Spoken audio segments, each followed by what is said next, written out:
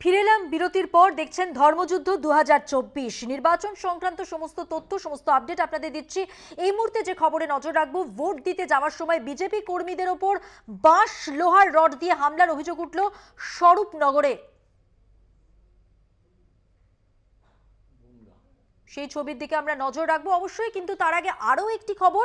ব্যারাকপুর, সেখানে বীজপুর বিধানসভার 3 নম্বর বুথ, বীজপুর বিধানসভার 3 নম্বর বুথে উত্তেজনা। বুথ জাম করার অভিযোগে ঘটনাস্থলে পৌঁছয় ব্যারাকপুর লোকসভা কেন্দ্রের বিজেপি প্রার্থী অর্জুন সিং এর কনভয়। এবং অর্জুন সিং সেখানে পৌঁছানোর পর যে অভিযোগ, সেখানে তৃণমূল আশ্রিত দুষ্কৃতীদের বিরুদ্ধে অভিযোগ উঠেছে। অভিযোগ অস্বীকার তৃণমূলের।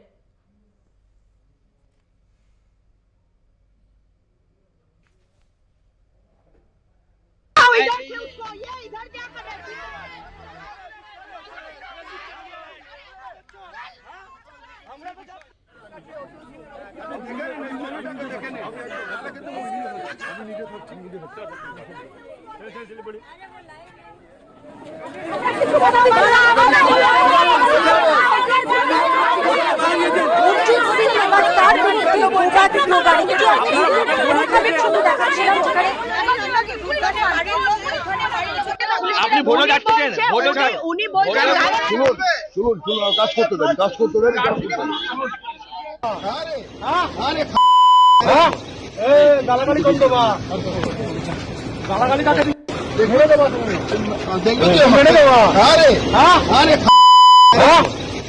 গালাগালি কম দেবা, গালাগালি কাকে দিচ্ছ? তখন থেকে সারা লোক আসছে। কে লোক আটকাচ্ছে? তুই কে লোক আটকাচ্ছে? তুই মহিলা দেখাচ্ছি তো কি তুই এখানে লোক আটকাবি? কে আটকাচ্ছে?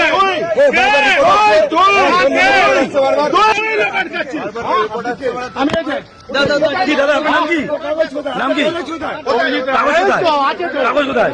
আছে তো কাগজ কোথায়? কি এটা দেখালে কি করছে? রাস্তায় কি করছে? আমি যাচ্ছি, বাড়ি থেকে যাবো না, বাড়ি যাচ্ছি।